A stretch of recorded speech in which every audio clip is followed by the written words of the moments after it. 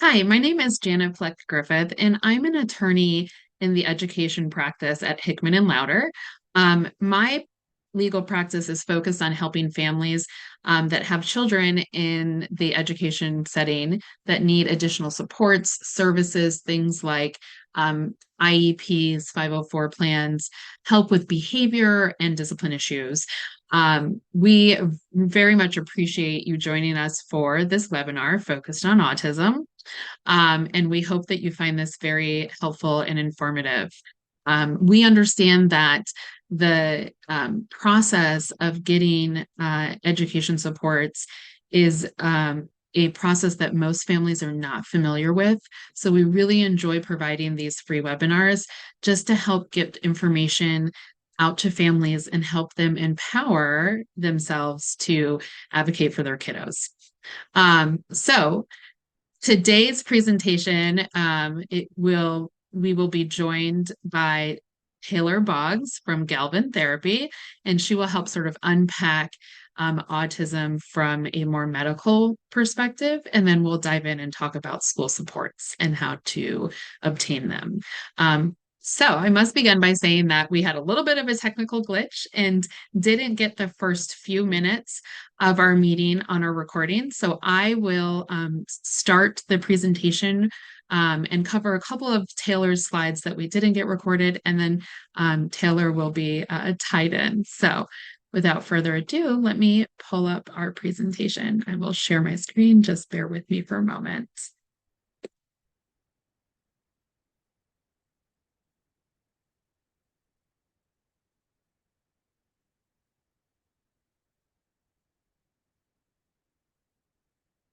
All right, so as I mentioned, today's webinar is focused on autism, school supports, and the scholarship program.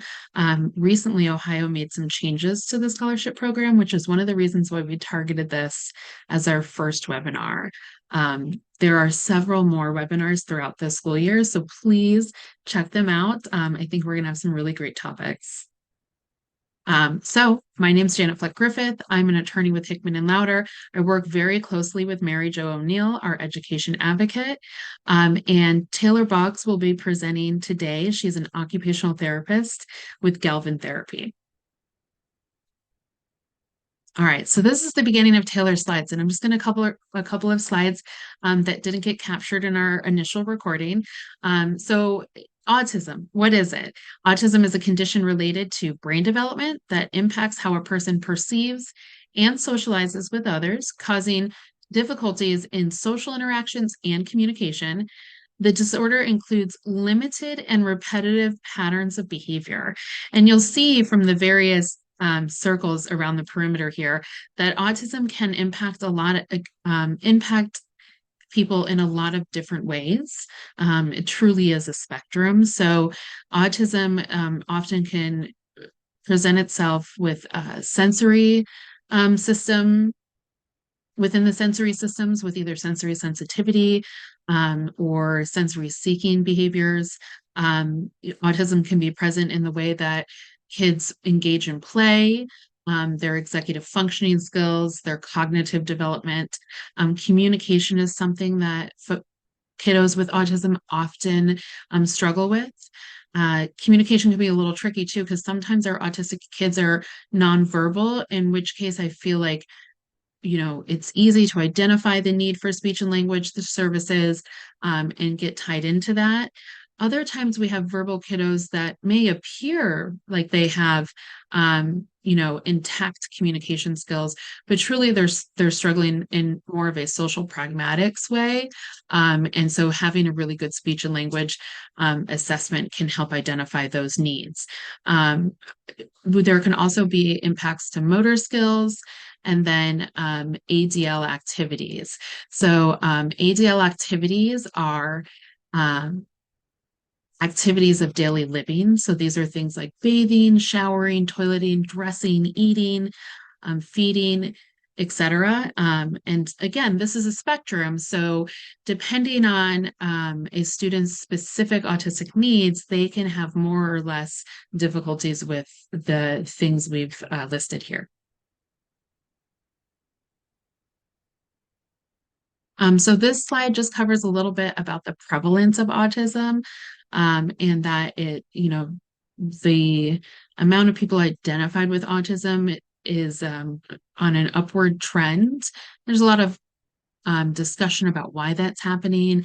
I like to think in part that our diagnostic tools are more sophisticated, and that there's more awareness, which helps us identify kids and then provide appropriate strategies and services. Okay, so autism in girls. Just to touch on this really quick, I think that we're also in this trend starting to see a shift of more girls being identified as autistic. And I think this relates back to autism presenting differently in girls. This is a concept that we also see with ADHD, and sort of like a generation of women that were never identified as having ADHD because it presents very differently in girls than boys typically. So the research here suggests that the current testing tools are not tapping into the specific symptoms that girls tend to have when they have autism. And one of the things that can impact this is that girls tend to have greater language skills and less repetitive behaviors. Another thing I've noticed in my work with families and students is that girls tend to be very good at masking. So masking means that in the school setting, they are good at sort of hiding their disabilities. They tend to be people pleasers. They want to get things right and be helpful. And so their disability sort of goes unrecognized because they've done such a good job at masking. And then this slide begins to talk about the red flags with autism. So you can see some of the things identified here. If a child is not responding to their name, they're making limited eye contact. They tend to line up toys or objects when they play. So language differences, which can mean a variety of things. They struggle with following directions. Um, they don't use gestures in a typical way, sort of like nonverbal communication. And they don't participate in interactive games. So I think this is a lot of times we talk about play, like with younger kids, preschool age kids and younger. Are they doing parallel play? Parallel play is when like two kiddos sit sort of near each other, but they're playing independently. So they're sitting parallel and playing. Or are they doing interactive play, right? And sometimes kiddos with autism really struggle with interactive play, or they don't show an interest in interactive play, but they show more of a parallel play behavior. So this is about when our recording pops in, and we will have Taylor continue this part of the presentation, and then you'll see me back in a few minutes when we dive into the education supports. Again, thank you so much for being here. Spinning or rocking could be a sign as well. Next slide. So speech-wise, signs there might be a problem. Speech is broken down into receptive and expressive language. So receptive is, are you understanding what I'm saying? So are they responding to the name, difficulty following directions, and answering questions? Expressive would be more of like, are they having a limited use of gestures? Are they not using any words by two? And by four, are they not speaking in sentences? They also might have difficulty with grammar and vocabulary. But that's just because they're having a difficulty with grammar and vocabulary doesn't mean it's autism. It could be just like a little bit of a delay. And speech in general, excessive difficulty with understanding their speech after 3, that would be a sign that there's a problem overall, and they might need speech services, not necessarily that it's an autism diagnosis. Next slide. So kind of a quick breakdown into some typical development for language and what you kind of want to see. Between 12 and 18 months, the vocabulary should be growing. They should have at least 10 to 20 words. They should be able to start understand more like the child should be able to understand more than they can actually say, and they're able to follow some simple 1 to 2 step directions. By 18 to 24 months, you want to see them putting 2 words together. So want more or milk, please, anything like that. Strangers should be able to understand about 25 to 50% of what they're saying. So a lot of what they're saying to someone outside of the family circle or a close friend may not really understand what they're saying. Between 2 and 3, they should be speaking in 3 to 4 word sentences. Their articulation is becoming more clear, and strangers will understand about 75% of what they're saying. Next slide. By 3 to 5, they're using longer, more complex conversations about thoughts and feelings. They're going to ask about places, people, and things that aren't in front of them. You get the very special question of why? And they use a range of topics and show understanding of grammar. 5 to 8, they're having more complex, again, conversations. They're starting to understand how sounds within language work together. So a lot of the phonics and stuff. They're becoming a better storyteller. And by 8, they should be having pretty adult-like conversations. Next slide. And this is just a good visual, I think, for speech sounds and the year that the age in which they should be clear and understood. A lot of people will tell you different things. Sometimes the ZH and the R come later than 5. You really want those, if you're not getting those by 7, then we would recommend also that you seek out speech services. Next slide. So, diagnosing autism, who can give the diagnosis? This is a big question. A lot of people have. Your pediatrician oftentimes will not be the one to give the diagnosis right away, but they can. A lot of people tend to go to a developmental pediatrician, a psychologist, or a neurologist. And depending on the avenue in which you, or where you start and the avenue that you go down, it can depend on how you go about getting the diagnosis. Sometimes a pediatrician will often say you need to go get testing done somewhere else, and then you can bring it back. If you're super proactive and you think that that's something that you want to do, you can often get an ADOS prior to meeting with your doctor. The developmental pediatricians, psychologists, and neurologists often have a longer wait, especially if you're a new patient to get seen. So we will often recommend that you then go get the ADOS done. At Galvin Therapy Center, we do it. There's a couple different places in the area that also give it. And then a lot of times those doctors will also give you, it's a parent interview. It's called the Autism Diagnostic Interview. And it's an interview for caregivers just about behaviors, play skills, kind of an overall observation. And that too helps with getting a diagnosis. There are other tests that can be used as well for older kids. A lot of times, doctors or psychologists will use something called the SSIS, the Social Skills Improvement test. And it's just a survey kind of based in they have different statements and you say, is it not true? Is it a little bit true? Is it a lot true? Is it very true based on their behaviors and social interactions? And that can also be very telling as well. You can go ahead to the next slide. Other considerations and diagnoses that often go hand in hand or with autism is ADHD. That can be the lack of attention or hyperfixation.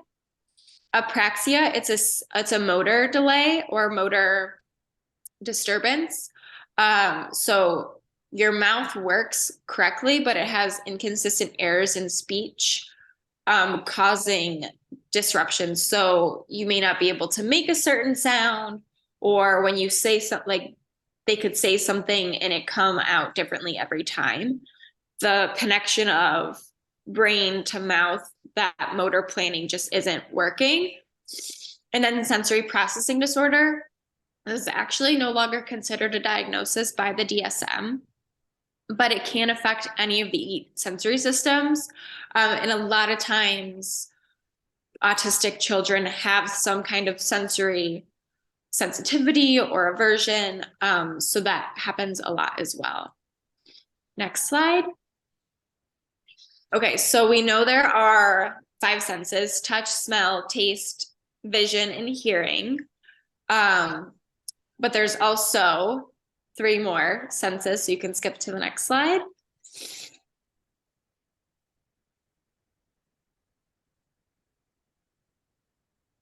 There's the vestibular system, the proprioceptive system, and the interoception system. So your vestibular system kind of notices changes in position, direction, and speed. And typically, for a typical developmentally sensory system, calm, clear, and collected child, about 2 to 3 15-minute breaks regulate a child for up to 12 hours. So that's like that's why kids have recess to help regulate them throughout the day. Signs that your child may be seeking vestibular input would be they're spinning, they're running into things, they're jumping into things, they're crashing off of things. And likewise, they may avoid swings, they may avoid jumping or spinning or doing a gross motor activity. They might be oversensitive to it. And then your proprioceptive system is where your body is in space. So a sign that your child might have dysfunction in this sensory system is they might use too little or too much force. They're bumping into things. They are very interested or seek out rough play, and they can't seem to get enough of it. And then interoception is just the sense of your internal body. So hunger, thirst. Can you notice your heart rate getting faster or slower? Can you know when you have to go to the bathroom? This is also kind of an executive functioning skill as well. It really affects the self-awareness and problem solving in situations of I'm hungry, I'm thirsty. It can also cause disruptions in emotional regulation if you don't know if you're hungry or thirsty, or if you're unaware that your stomach is really upset, you might have an emotional outburst, but not know why it's happening. And a lot of times that can be hard for kids. Next slide. Another area that can also be impacted with an autism diagnosis is feeding. Eating and drinking is one thing within a child's control, for sure. Kids don't have a ton of control in their everyday life. They go to school, they go to daycare, they stay home, mom and dad or caretaker kind of set the boundaries of what they can and cannot do. But a child has true control over, I'm going to let this into my mouth or I'm not going to let this into my mouth. A lot of times also there's research that suggests about 3/4 of kids with autism have some kind of oral motor disturbance or delay. So their oral motor skills may be off. They might hoard food in their mouths. They might have a delay in cup drinking. A lot of kids really love their bottle or their straw cup and they don't want to drink out of anything else. They might have oral sensitivity to different textures in their mouth. And also trauma can affect that.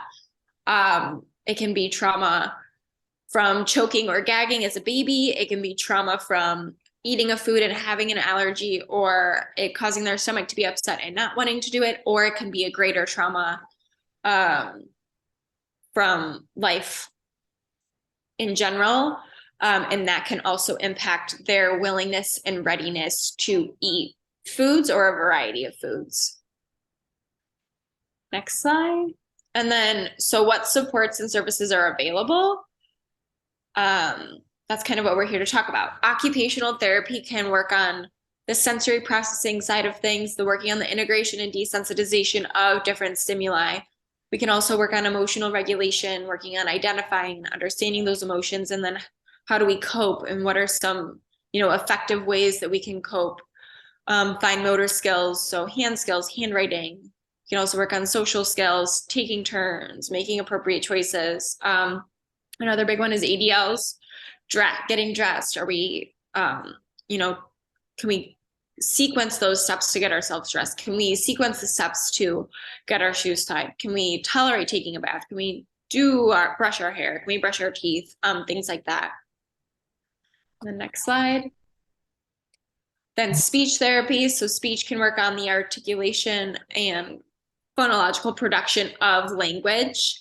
They can also work on the language piece of speech language and the comprehension expression of language. They'll work on social skills, and they can also work on providing a device or an alternative way for your child to communicate if your child is non-speaking. There's also a lot of evidence that's coming out now that even if your child is verbal and speaks, if they aren't the most clear, a device can help improve their speech and their ability to communicate, so they may not be getting frustrated. Even though they can communicate, it just gives them one extra tool to get their point across. So I find that to be really, really interesting. And then physical therapy, that can help work on the motor planning, reaching gross motor milestones. A lot of times, autistic children are a little more low tone. So we can work on strengthening their muscles, their postural stability, be able to hold themselves up when they sit. A lot of times they lean or they like to lay on the floor, and it's because they don't have that core stability to hold them up. And then balance and walking on stairs as well. And then other services that you could seek out, ABA therapy is a behavioral therapy. Music therapy, a lot of children are drawn to music and it helps promote that communication. Same with aquatic therapy. The water really provides so much more proprioceptive and deep pressure input that it really can be grounding for a child and help increase their communication and interaction. And then counseling, it helps navigate emotions, any anxieties, and identifying as autistic as someone that may be a little bit older, if it's a new diagnosis, and kind of just understanding, like, what does this mean to me? And then parent resources, school advocates, they are usually listed on your school district staff directory. Parent counseling and coaching, it's important to take care of yourself so that you can take care of your child. So I always emphasize that to parents. The best way to take care of your child is to make sure that you're also taken care of. Social media, there's tons of groups on Facebook. There's TikTok, there's Instagram that have like a lot of support as well. And then a local kind of organization is Milestones. They have a ton of resources and services for family. They also have a section on their website for support groups, and you can get kind of matched either with someone that has a child with that and they're struggling with similar things you are, and you can kind of pick, are we going to do a virtual? Are we going to do in person? Are we going to do a hybrid? How do we meet? And another thing is to always check for local funding and grants. That can open a lot of doors to scholarships, to other services that you may not know are like available. So I always recommend that as well. Next slide. And then that's the end of my spiel. Thanks, Taylor. So that was amazing. And I always love hearing from our like medical practitioners on autism. It's just so helpful to have that background and insight, especially because the spectrum really provides us with a lot of different profiles when it comes to autism. So we're gonna shift to like autism in the context of school. And if you guys have questions, feel free. I think, if we have some time at the end, we might take questions, but feel free to type questions in the chat as well. And for those of you that aren't familiar with Galvin Therapy, first, Taylor, thank you so much for being with us. But Galvin Therapy has a couple of locations in Cleveland on the east side and the west side.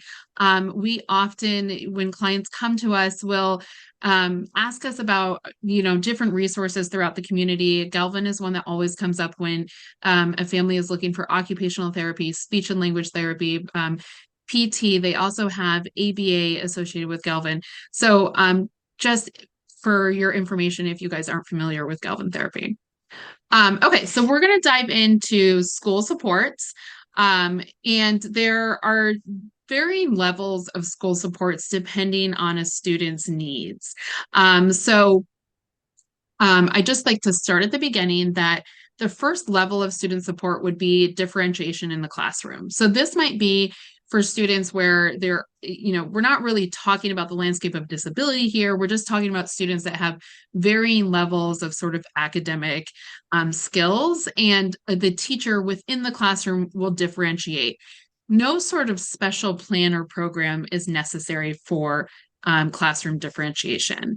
The second would be a multi-tiered system of support. This is when we are beginning to fold in some additional supports like a reading improvement plan, a short-term intervention that's meant to help catch a student up. But again, doesn't require something like a 504 plan or an IEP. So that leads me to the next two type of school supports that a student can get. And this is really where we start to see students with autism getting some additional supports in school. And that would be the Section 504 plans and IEP plans, which we will dive into more. And here you'll see like the different tiers of supports. And Mary Jo, feel free to jump in because I know these are some areas that you're really familiar with. Mary Jo got her start as a teacher, and so she's really experienced with these sorts of things. So anyways, tier 1 supports are supports that would be in the classroom. So, for example, that differentiation. Tier 2 supports would be small group instruction that's happening outside of the classroom. These are typically meant to be shorter term, and we're talking like 6 to 10 weeks, maybe longer, but really a student that needs some additional support or catch-up support. I think reading improvement plans are a very common example of this. Tier 3, these would be students that are identified as high-risk students. Maybe they've been participating in a tier 2 support, a small group pullout, but are still not making the level of progress that we need to see. And so those students may be identified for even a smaller group instruction, and that instruction may be more frequent. Can I add to that?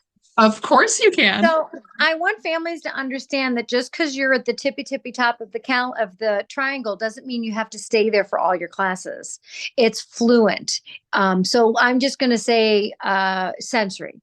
Let's say someone has some sensory needs and they really need to learn how to regulate, but yet they're amazing academically. Science, social study, history, they can sit in all the classrooms. So maybe they would be pulled out, which would be that would be the tier 1 where you're pulled out. I'm sorry, the 3 on the tippy top.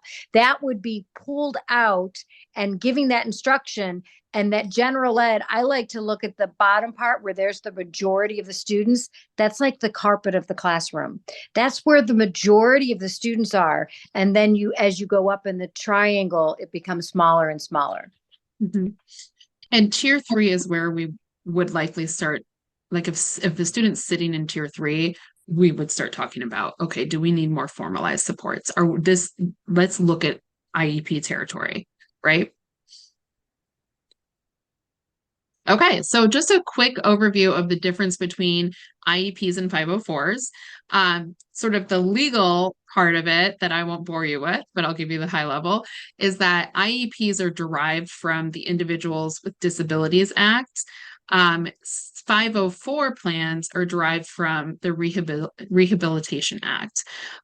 What is important to know about that is IEPs are specifically available for students in the K-12 arena, pre-K to 12 arena.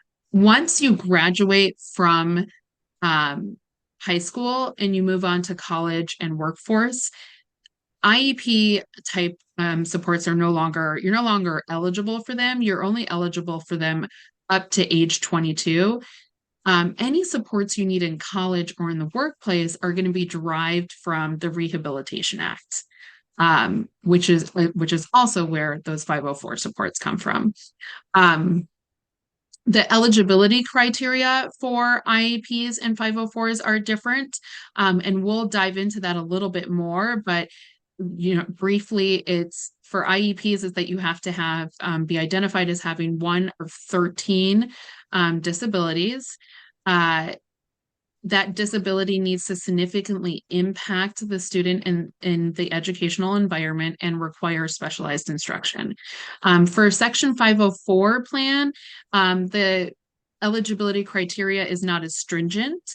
So here you need a disability that significantly impacts a major life function, and then that disability, causes you to require some support in the school setting.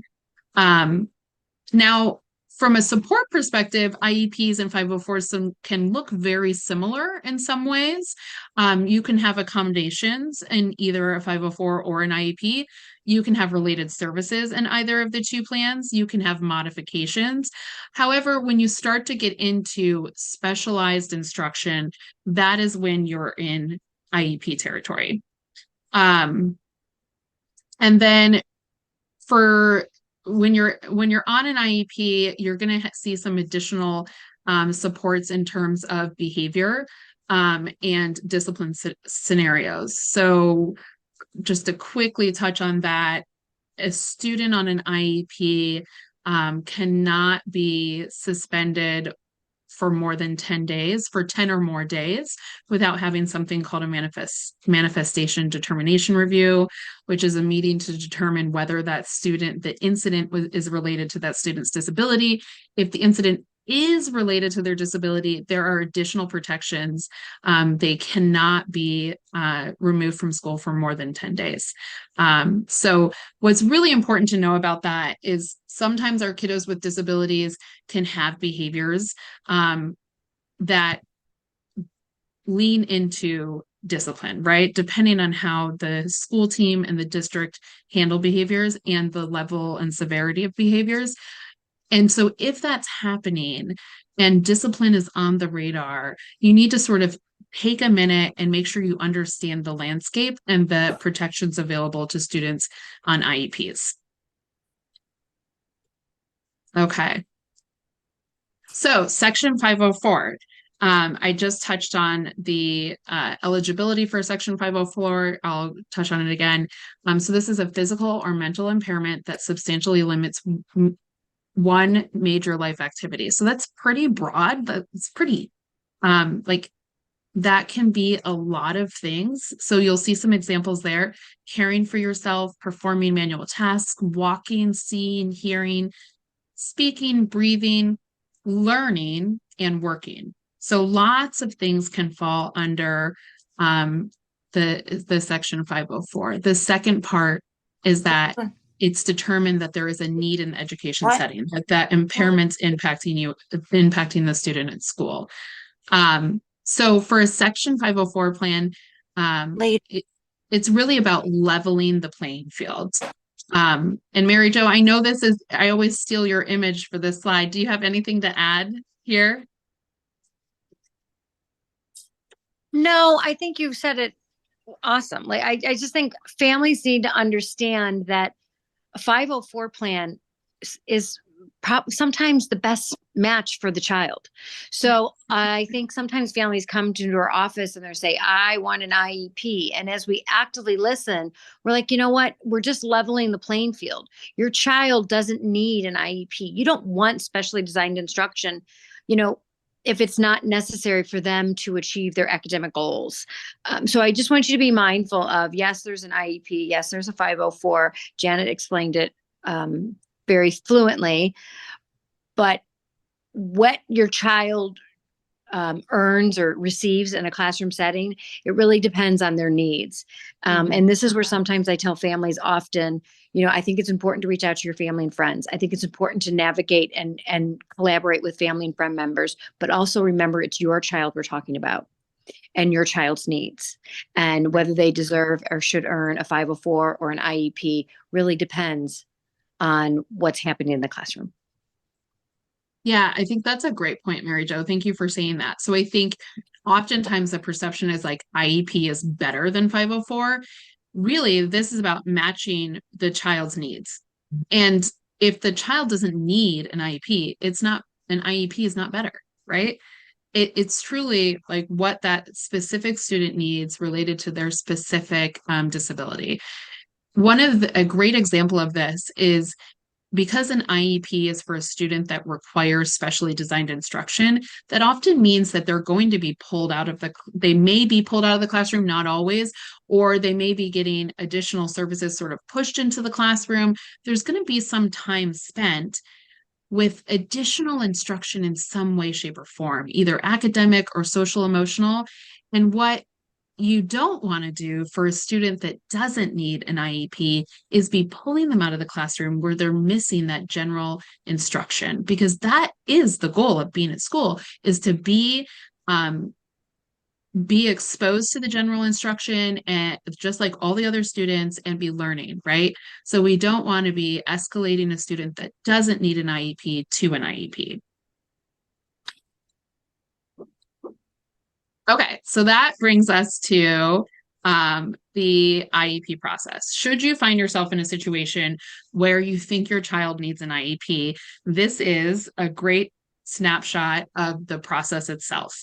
I think Taylor did a great job of talking about sort of like the warning signs of autism, like different milestones that may be missed that could lead you to begin to think about whether your child has something going on.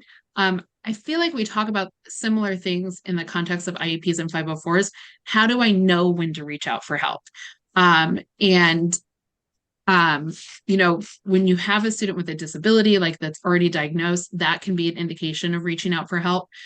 When you begin to reach out for help for an IEP, it's always going to start by asking the district for IEP assessments. And I always recommend, the law does not require that is in writing, but I always recommend that that's in writing because we always want to have a paper trail. The other reason why it's important for that to be in writing is as we go through this timeline, you will see that there are certain deadlines that the law requires.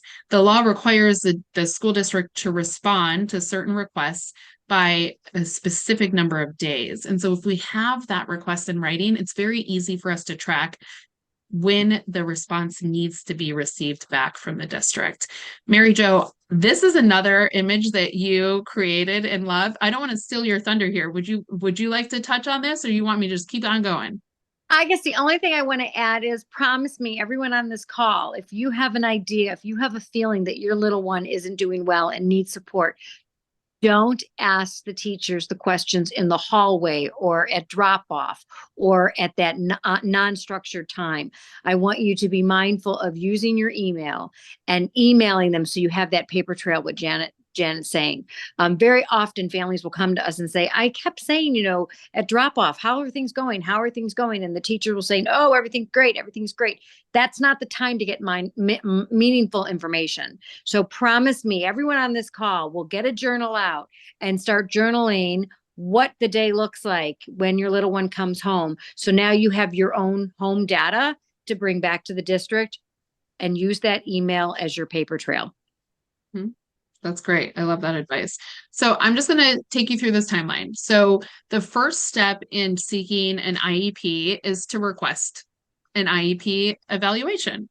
And so that's what you see here in day 0 is the parent requests the evaluation. The school district has 30 days to respond to this request.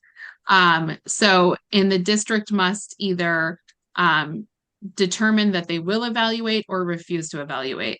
The main question, and that's what you see here in this green dot, that is going to be asked during this time is, do we suspect a disability that impacts the students in the education setting?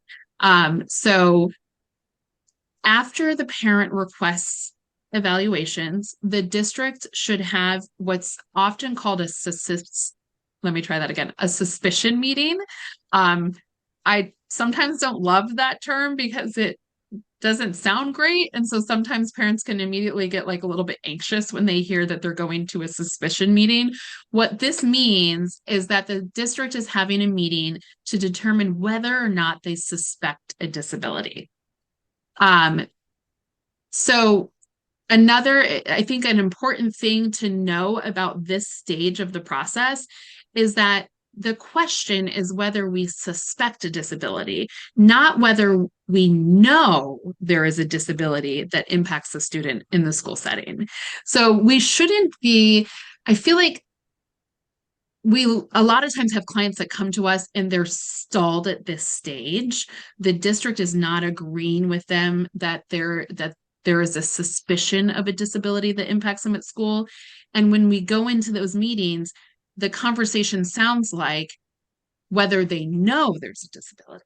And they'll say things that sound like, we don't have enough information or data to know there's a disability. They may not be saying the word no, but the conversation sounds much more concrete than suspicion. So I sometimes need to, I see you, Mary Jo, I'm coming. I sometimes need to recalibrate with the school team and say, really, the question here is, do we suspect? And that leads us to evaluations, which will help us determine whether we know there's a disability. So I like to make sure people understand the difference between the two. Mary Jo. And then I'm going to take that to another level. I'm going to say the same thing Janet said, but in a different way. Sometimes when you're in the meeting, they're going to say, well, we don't know how to write the IEP. How would we write the IEP? We're not there yet. We're not there yet. We're just collecting the data, and the data will decide.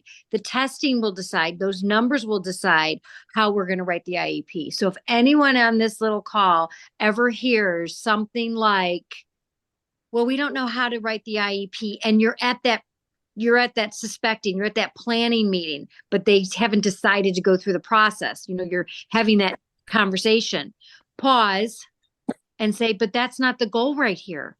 The goal here is just to suspect and let the assessments follow, and then we will determine whether the child qualifies or not. Yeah, absolutely. Totally. And we'll hear this sometimes from parents where in the meeting they were saying things like, how would we support that need? Yeah. How would we, like, what kind of accommodations would this look like? That this is way premature. Like, this is not the point in the process to have that discussion, because you would be having that discussion entirely uninformed. We should be leaning on assessments, right? But about those questions. So, if you're hearing that sort of conversation, we need to recalibrate the discussion. It's very surprising to me because I used to practice this education law in the DC area and did not receive as much pushback at this particular point in the stage. So I feel like we do have a lot of people that will come to us needing support just to get past this question. So, but here you'll see by day 30, the district needs to tell the family they either do not suspect a disability that impacts the student in the school setting, and so they are not going to evaluate. They will surmise that in what's called a PRO1 or a prior written notice. Let me just let's say to you that of all of the terms and acronyms we use in special education, this one is particularly counterintuitive. A prior written notice comes after the meeting, not prior to the meeting. So after any IEP related meeting where a family is asking for something and a district responds, they need to document that in what's called a prior written notice. And they should be documenting what the requests were, why the district either agreed or disagreed, and they need to be providing like some information about why. I also think it's really important that what the parents were asking for and why should be documented well in a PRO1. You don't sign a PRO1. Like, there are many documents in the IEP process that parents sign. And when you sign a document, you have some influence into what is put inside that document. Because a PRO1 is not signed by parents, you often don't get to like make edits to it or ask them to change things, but you can attach a statement of disagreement to a PRO1. So just a little nugget. So they either say that they will not evaluate, they provide that PRO1, and the process ends at that stage. or they agree to evaluate, and the next step would be to have an evaluation meeting. So at an evaluation planning meeting, there's going to be three things we cover. What categories are we considering? I'll touch on that in a second. Which evaluations are going to be conducted and who's going to conduct those evaluations? And then they'll need to get the parents' consent. So when we're talking about which categories that we're considering, it's one of those 13 categories that's identified in the IDEA as a category of disability that would make you eligible for an IEP. I should put an asterisk here and say that there's technically 14 categories because there is a category called developmental delay that is available for a student up to age 10. And this is a nice category when we're not quite certain of a diagnosis, or we haven't quite targeted exactly what it is. We're not sure if it fits under the autism category, a health impairment category, a speech and language category. So we're going to put it under developmental delay because there's certainly something going on, but it hasn't quite crystallized yet. That category was recently expanded from age 6 to age 10, which I love because it helps us transition a student from pre-K to into kindergarten and really let that elementary school get to know that student before we try to move them into another category. So the other important thing about knowing the categories is sometimes if there's a category that was not identified at this stage, but at the end of the assessments, it's very clear that the student fits in a different category.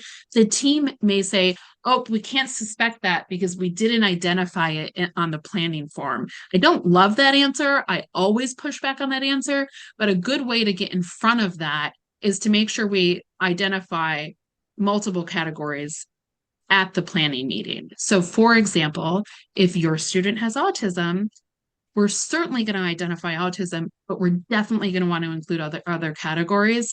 As we'll learn, there's a very specific definition for autism.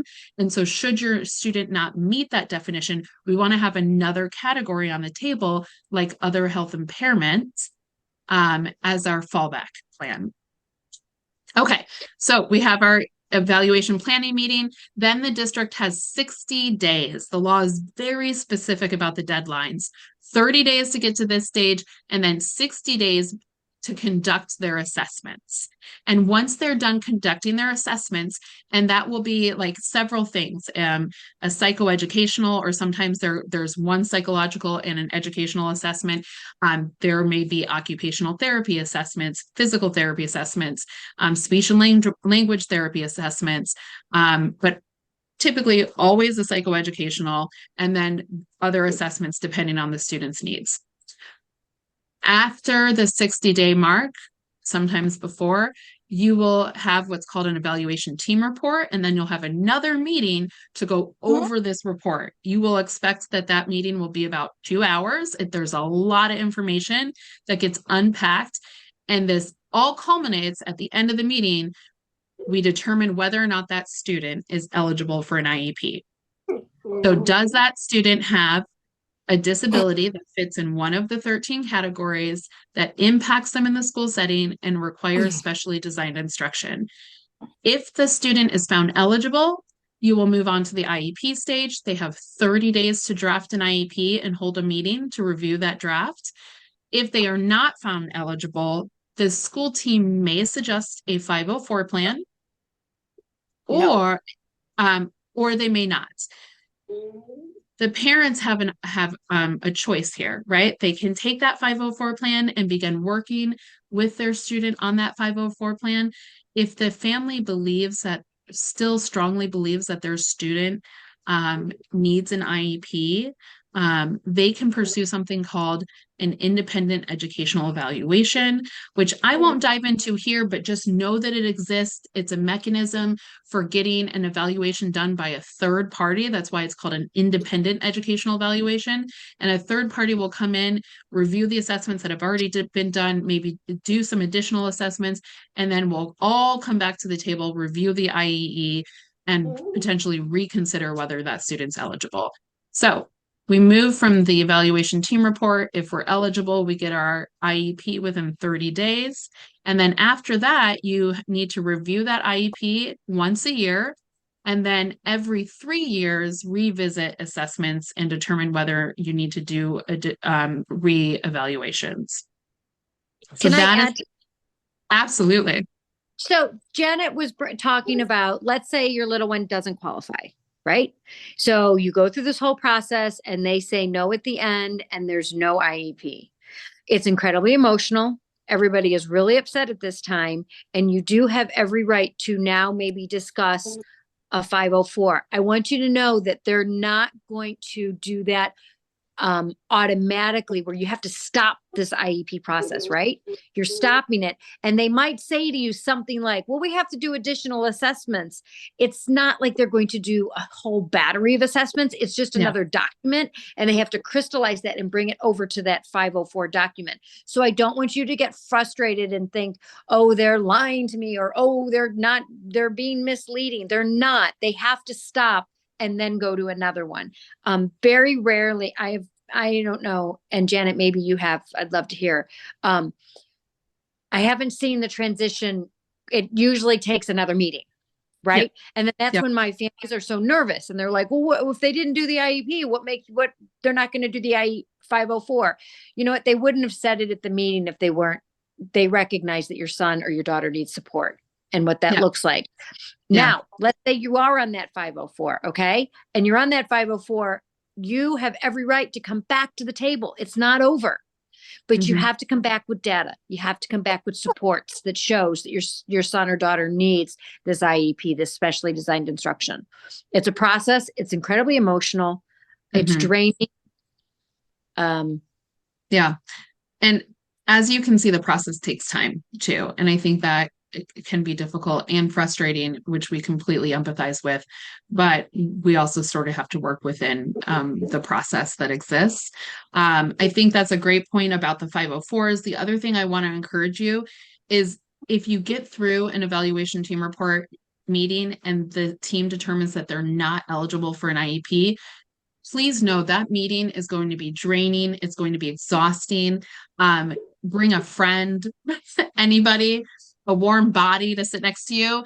It is a room full of people that are all work for the school district, and they all have their own areas of specialty that they know really well. And we're parents, and it can be very intimidating. Sometimes it can feel like this wall of people against you. Everyone's there to serve the student. Typically, school teams are trying to do the right thing.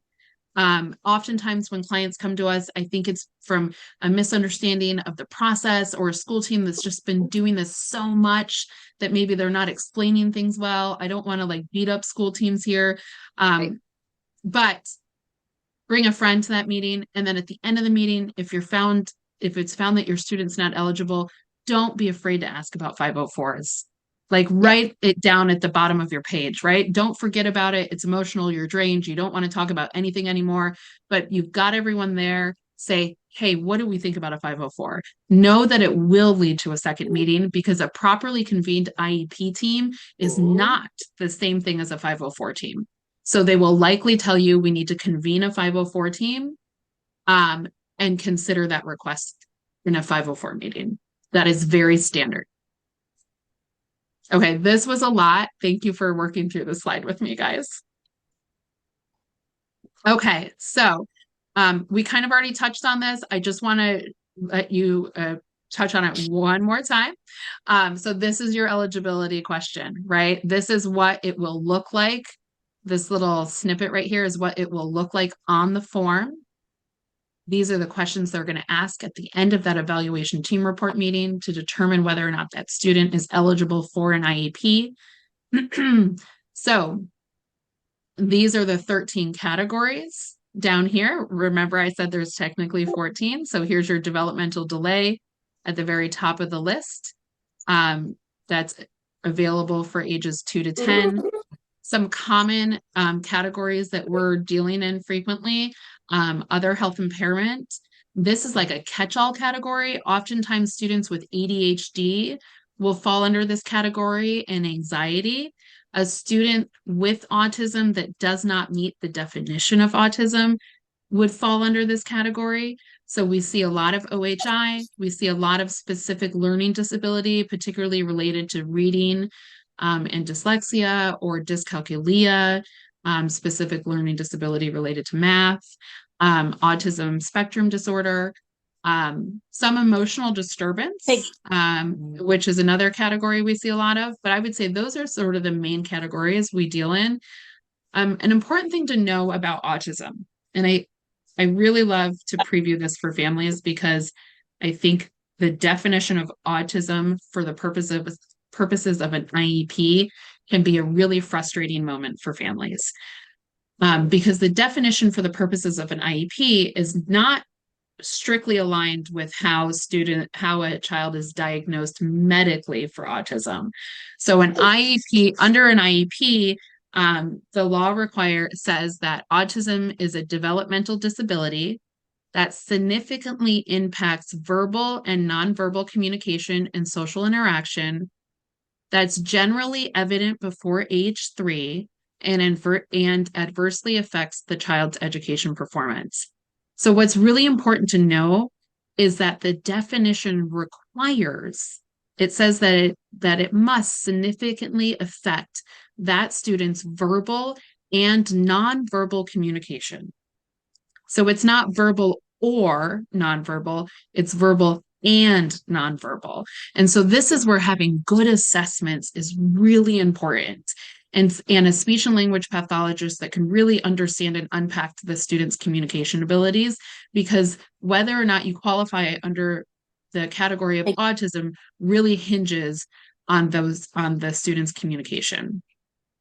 I think another thing that's important to know about this is our students that are verbal, but still struggle with communication can have a tough time with this definition, because I think a lot of times we see a student that's verbal and we think they're okay, that they do not meet this definition, right?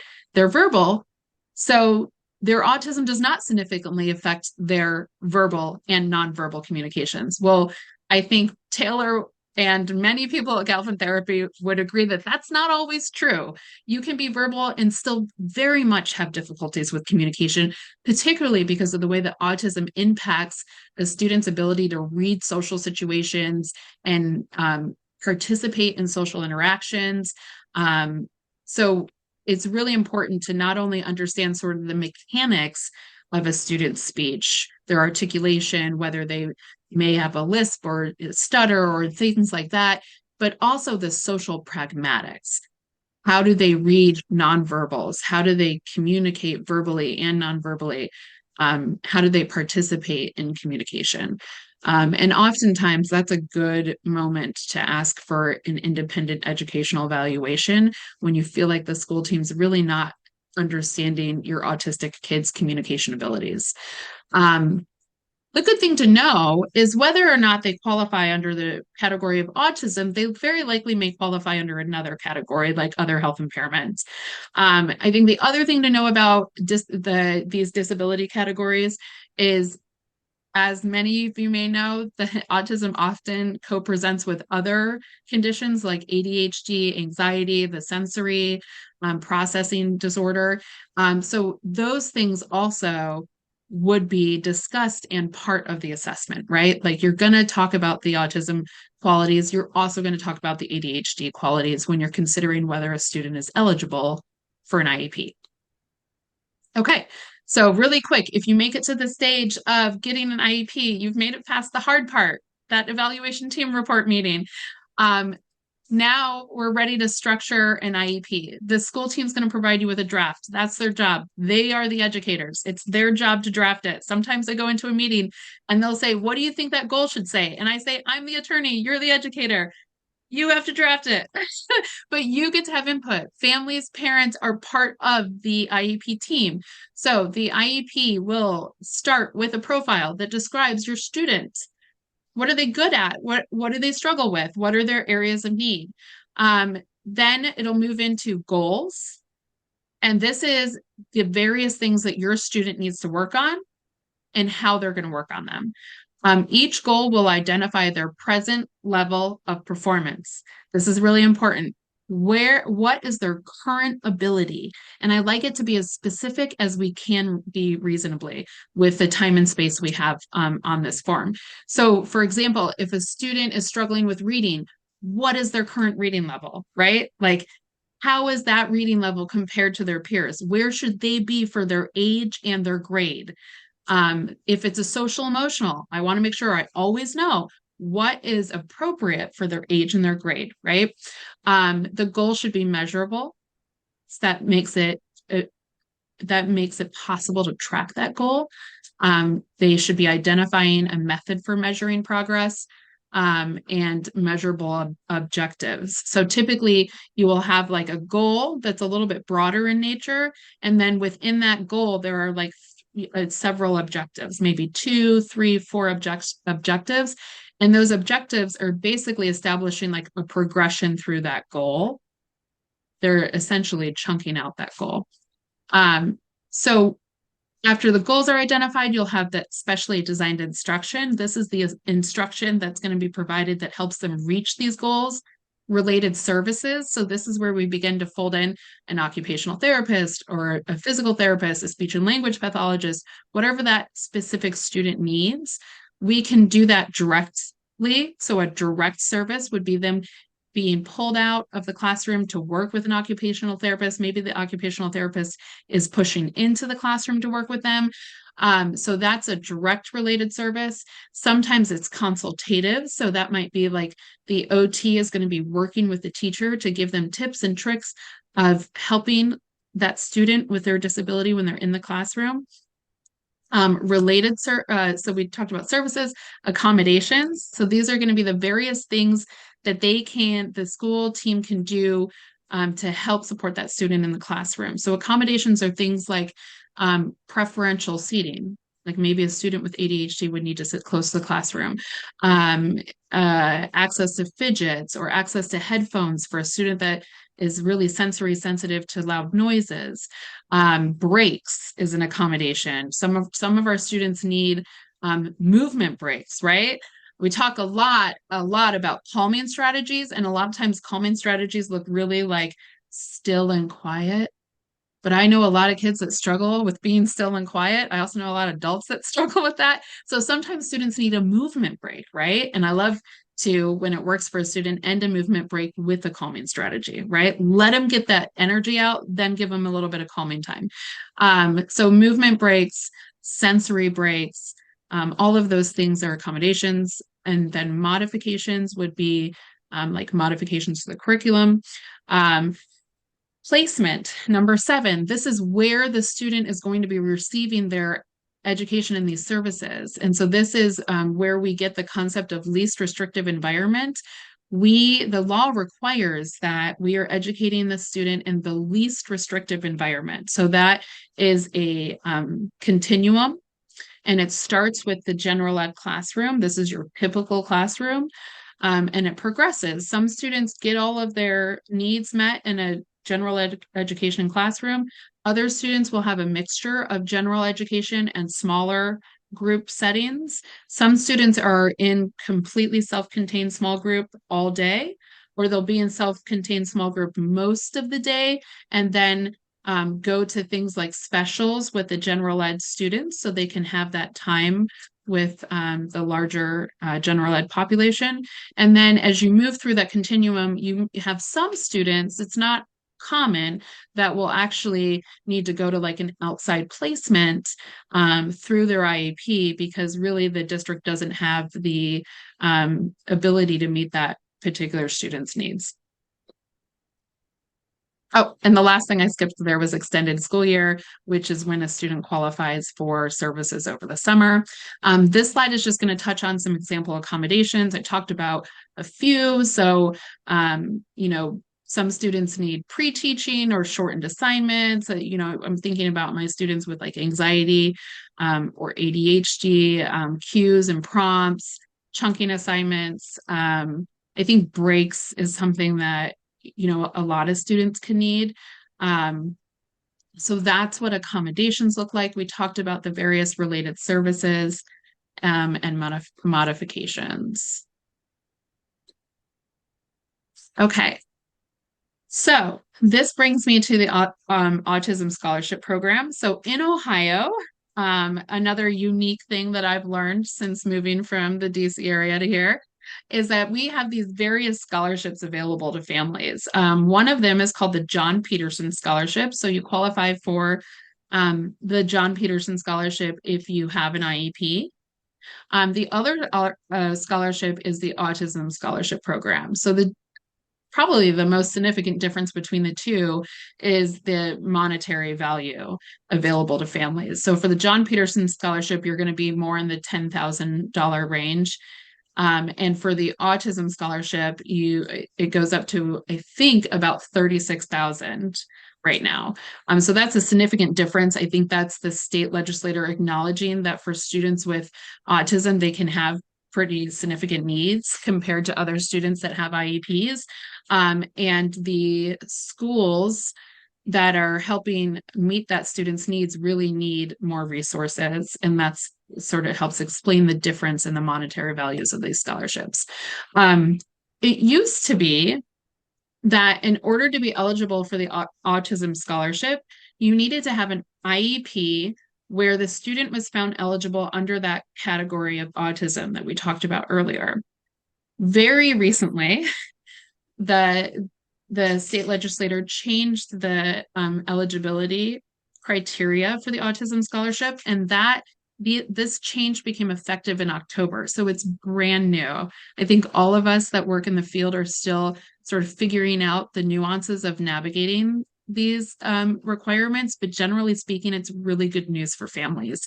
So now there are 3 different ways to be eligible.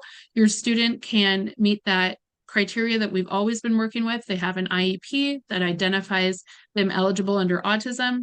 The second would be an IEP that's serving autism needs.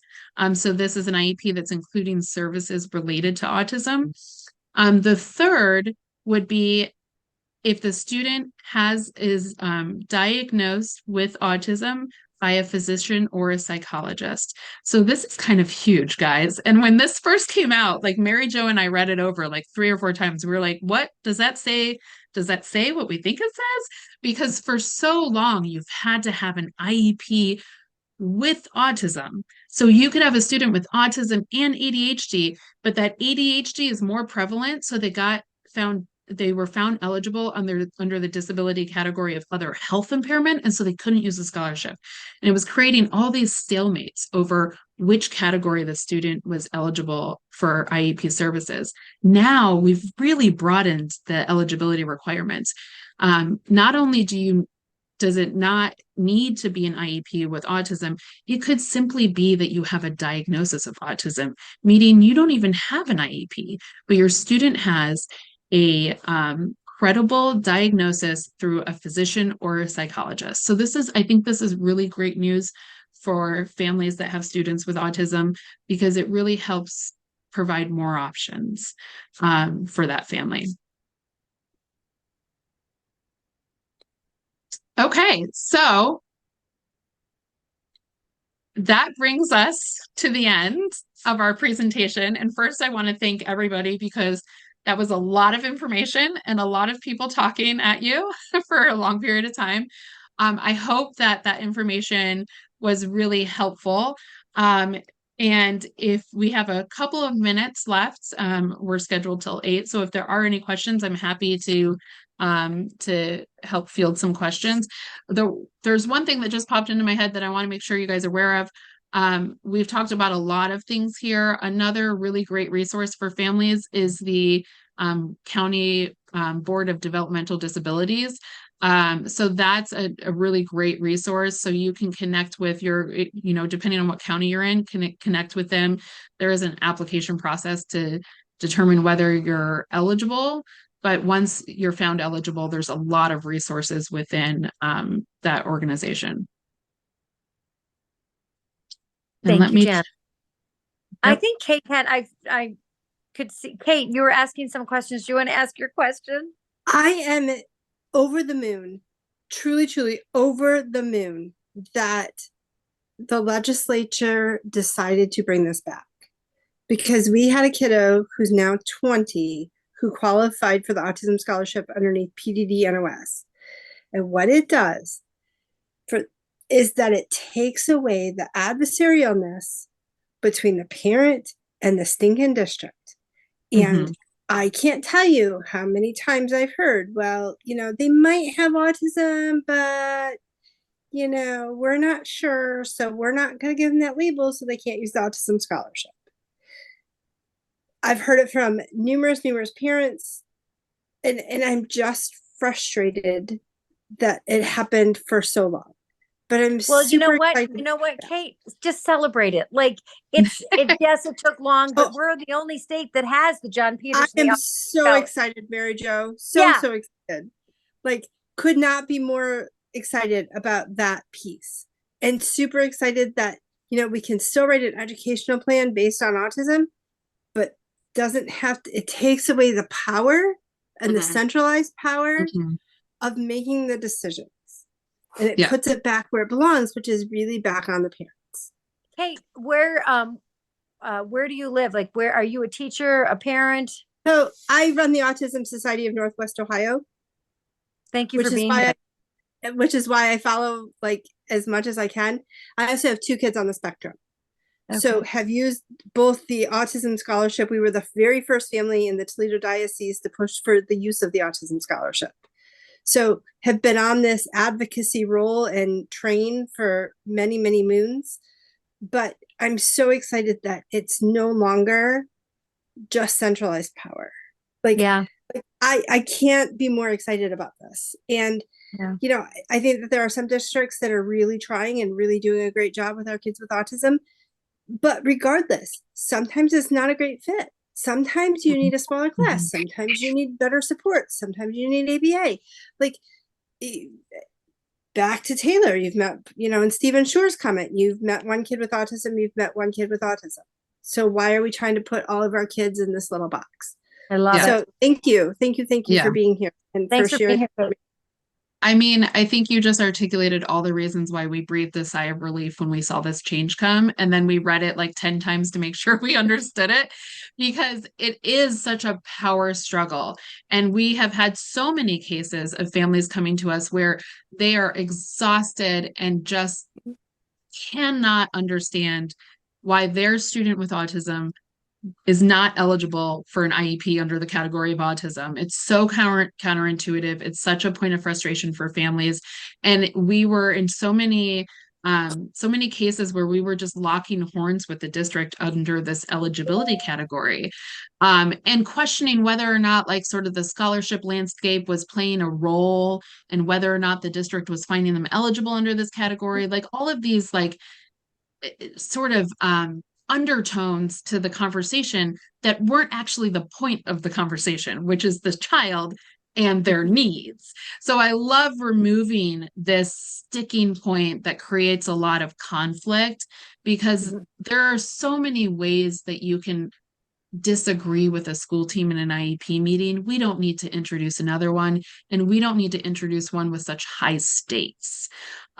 So I hate having like a student with like level 1 autism that is verbal and has relatively good social skills not have access to places like Julie Billiard because they can't access the autism scholarship, right?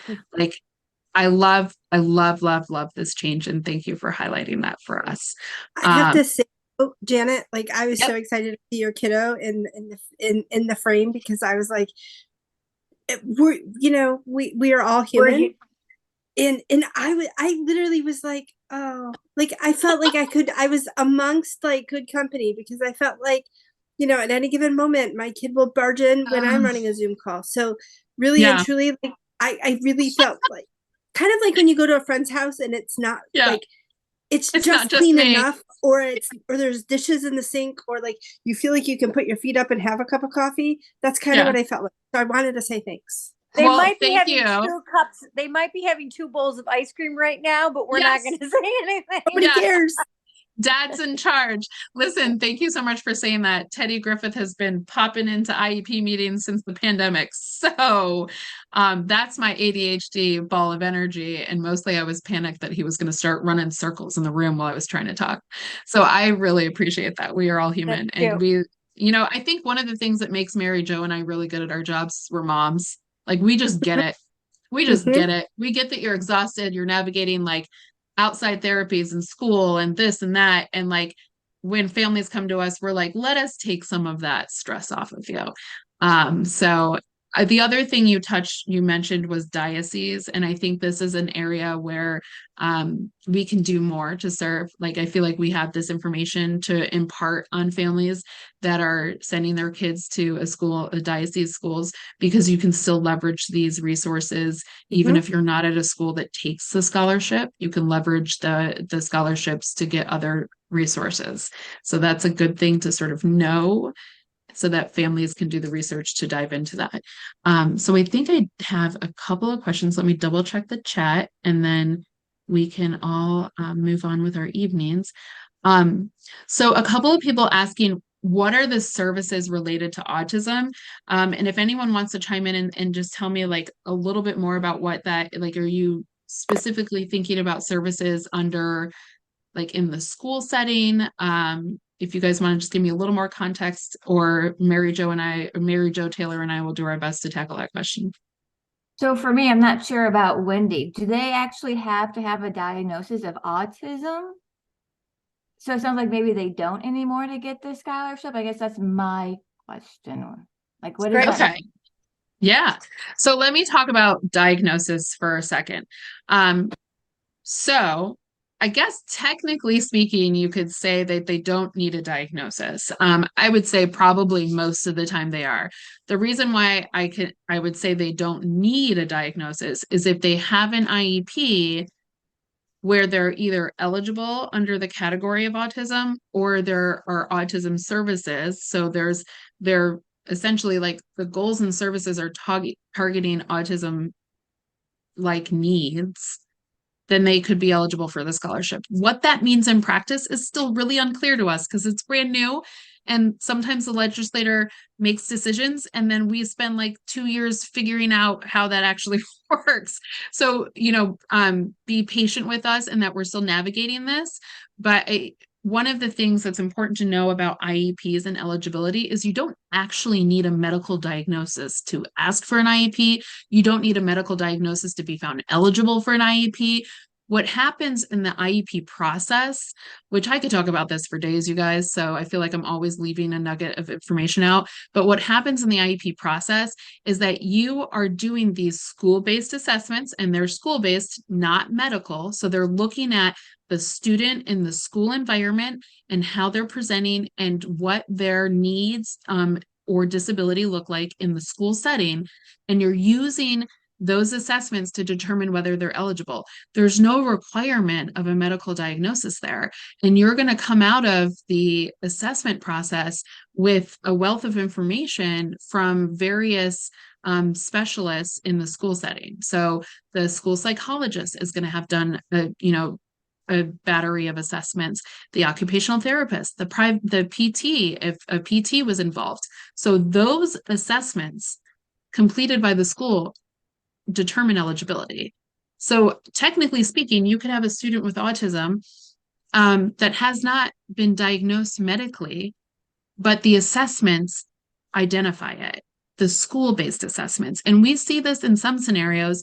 First, it can take so long to get into a medical specialist for diagnostic purposes. So sometimes the school process actually moves faster. And so we have those assessments before we actually have a diagnosis. We have other students that don't have a diagnosis of autism, and they come to us and we start saying like, this kind of looks like autism. And we go through the school assessment process and they're identified as autistic. I'm thinking of one client that I've helped recently where the diagnosis was ADHD and anxiety. And we know that sometimes ADHD and anxiety is kind of like misdiagnosed, or we miss an autism diagnosis because we're focused on the ADHD and the anxiety. Went into the school meeting with the assessments and came out with an IEP based on autism, because the school assessments really kind of uncovered some autistic qualities, some autistic like needs that student had. So technically speaking, no, you don't need a medical diagnosis to utilize the scholarship if you have that IEP. If you don't have the IEP, you're going to need a medical diagnosis. So Long answer. what if you just have an educational diagnosis of autism, or if you, let's say you don't have a diagnosis, educational or medical, can you still qualify? So you're going to, the criteria for you receive services similar to an autism child, but it's not autism, education, or medical yet. So that's going to be that second criteria that was in my list, which is you have an IEP that includes services related to autism.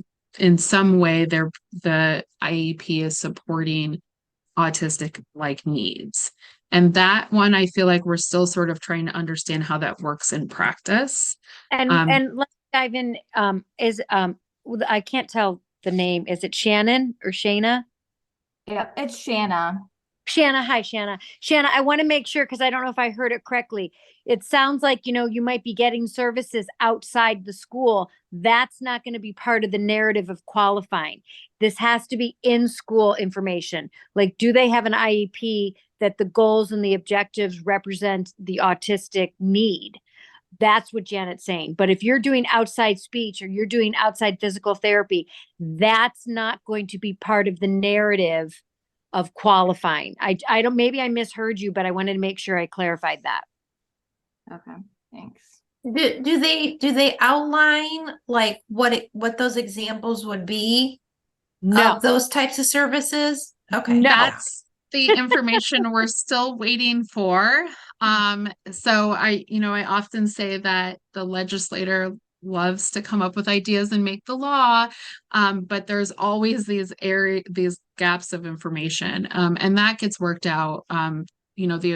The Ohio Department of Education should be providing us additional guidance on what that looks like. Part of that is going to be figured out as we are working through this boots on the ground with various families. So we're, Janet, what do you think? Okay, so we've got the three ways, right? You have an IEP that has autism. Done. Right. Check. The other one is a clinical, a doctor saying, like, a thorough assessment saying that this child has autism. Check. Those two are pretty crystallized. Those two are pretty done. It's the the last one where the IEP represents behaviors that represent. That's the one that Janet and I both look at each other sometimes and we're like, I don't know. Do you think? What are they going to say? And no one, I have not brought it to the table yet. It just happened in October, guys. This is really new. It's exciting. It's very fresh. The first case that I think of that would fit that would be a student that has an IEP and they have multiple diagnoses. So instead of being found eligible under the category of autism, they were eligible, maybe for OHI related to ADHD, but because they have autism, there are services and accommodations in their IEP that are accommodating autism. Because we always say the category doesn't drive the services, the ETR drives the services. So if you have an ETR that is looking at a variety of things like ADHD, autism, sensory, just because that student's found eligible under OHI doesn't mean we're not going to also serve the autism, right? So that's what I kind of think of initially when I'm thinking about that specific criteria. Yeah, because I have a student that or family I'm supporting, and they years ago, before all this transpired, they had a independent evaluation, and then obviously the school evaluation, but they qualified him under ED, and the parents weren't happy with that. So it's like he doesn't have, well, the parents obviously feel that's not the correct qualification or category for him, because he does have a lot of autism tendencies. So it's still, because the parents that can't access a lot of the community resources that are available. Summer camps that are specifically for, kids on the spectrum, and or even just the scholarship itself. So yeah, it's I hope they come out with some more guidance. Agreed. And they will. Yeah. Part of the House bill that changed this also did some restructuring of the Department of Education. I won't get into the details, but there was a small little legal case about who was going to be in charge of the Department of Education. They've figured that out, but I think there's a lot of things happening, and the guidance will come, and we'll be working through it. I think that ED category, just because you mentioned it, can be a difficult category to process for families. And I have some angst about it too. I think when it's appropriate, but when it's not, it should certainly not be the category that we're found eligible under. And that's a great time to utilize something like an independent educational evaluation to revisit that eligibility criteria. I think the other thing that can happen with students that have communication barriers is behaviors are a form of communication, right? And so if the student's struggling to have effective communication because of their needs, they might start using behaviors, and then behaviors can snowball into an ED category. So, and that's where we come in and we sort of start dissecting things, and we're like, okay, what's the root of these behaviors? Is it ED or is it some other category? So, that's I'm glad you mentioned ED, because that is a difficult thing when ED is on the table. So if anybody wants to go with me, I would love to change the category to emotional disability, right? So why don't we all rally together? Because when I talk to families, it's just an emotional disability. It's not emotional disturbance. It's not, that word, I hate it. I hate it. We need to rename that category. Yeah. So if anybody's really good at rallying that, we'd love that. Yep. Well, we'll take it together. Listen, guys, we have stayed together until 8:04, and we're all pretty happy about being here, which I'm proud of us. But I'm sure we all want to move on with our evenings and eventually find our way to bed. So I'm so glad you guys were here today. Thank you for being active participants and having questions at the end. Like I said, Mary Jo and I are at Hickman and Louder, always available to help families. One of the things that was mentioned in the chat that I want to highlight for you guys is there are also ECAG parent mentors throughout the state of Ohio. So if a family is looking for a resource and maybe they don't know if they're at the level of hiring an advocate or an attorney, they can certainly turn to an ECAG parent mentor for additional support and help. All right. So with that, I will bid you guys adieu, and thank you so much for joining us tonight. Thanks, Janet. It's awesome. Good night.